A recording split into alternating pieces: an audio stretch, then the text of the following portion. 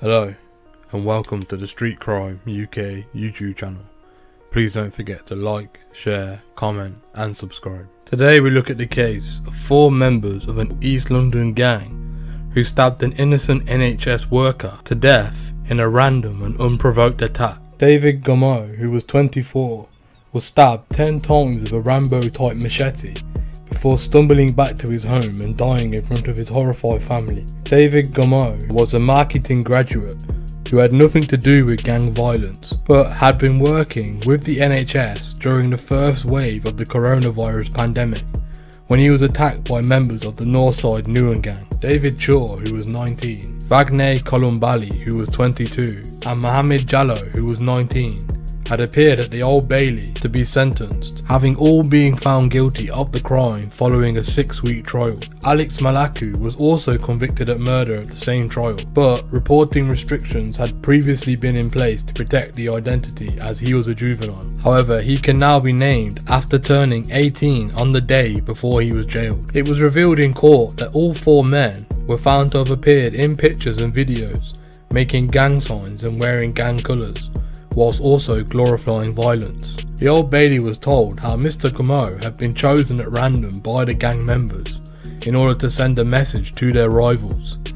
The gang had met in a hotel in Stratford earlier that evening before travelling by minicab to a quiet residential street in Plaistow, each carrying a bag believed to contain a change of clothing. All 4 men then got into a Dodge Caliber. They were armed with large knives and machetes. The car was believed to have been stolen and fitted with false number plates. The Old Bailey heard that the gang had targeted another man before the fatal stabbing, but that man had luckily been able to escape. In the seconds before the attack, at around 10:22 PM, an unsuspecting Mr. Goma had been on the phone to his girlfriend, and she heard someone ask, "Where are you from?" This followed with sounds of struggling. The court heard how Mr. Columbali is believed to have driven to Freemasons Road in Canning Town. This was before Mr. Jallow and Mr. Chaw had left the vehicle and inflicted the fatal attack. Emergency services were rushed to the scene as neighbours tried desperately to give Mr. Goma life-saving first aid in front of his haunted family, but he unfortunately died at the scene. A post-mortem examination found that Mr. Goma had suffered catastrophic injuries. His carotid and brachial arteries had been severed and his liver had been cut through.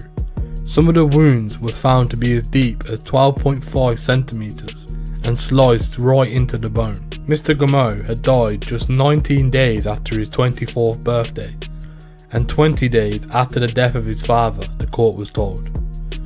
Police had found the stolen car abandoned in Lincoln Road, less than a mile away from the fatal stabbing. When officers found the car, it was missing a wheel, as the gang had lost it as they fled the scene. A pair of sunglasses were found at the back seat of the vehicle, with DNA evidence linking them to Mr. Jallow. Another pair of sunglasses were recovered from the scene of the attack. DNA from Mr. Malaku was found upon the left arm of the glasses. During a search of Mr. Chaw's address, officers found a series of graphic drawings which appeared to depict the stabbing which had happened.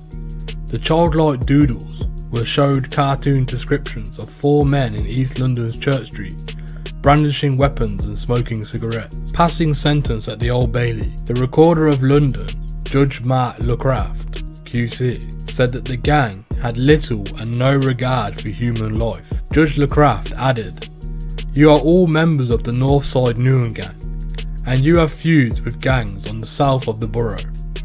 You kill simply for the sake of it, and show little and no regard for human life. You 3 laid into him. He was stabbed as many as 10 times, with wounds to his head and body as deep as 19.5 centimeters in depth.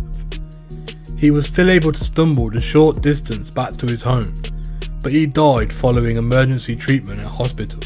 Mr. Jallow of Watt Street had 8 previous convictions for 12 offences, including robbery and possession of a weapon. He was jailed for life with a minimum term of 27 years being set before he can apply for parole. Mr. Columbali of Suffolk Road, Enfield, had 5 previous convictions for 12 offences. He was also jailed for life with a minimum term of 27 years. Mr. Toure of Bloomsbury Street, Camden, had 5 previous convictions for 12 offences. He was sentenced to life with a minimum term of 26 years. Mr. Malaku of Telford, Shropshire, was jailed for life with a minimum term of 21 years. What are your opinions on the crimes committed by the Northside Newham gang? Do you believe life with a minimum term of 27 years was too harsh or not harsh enough? Please let us know what you think in the comments below. Thank you for joining us today. If you enjoyed this content, please don't forget to like and share. And if you're new to the channel and you enjoy Street Crime UK content, please don't forget to hit that subscribe button and press the bell so you can join us on the next video.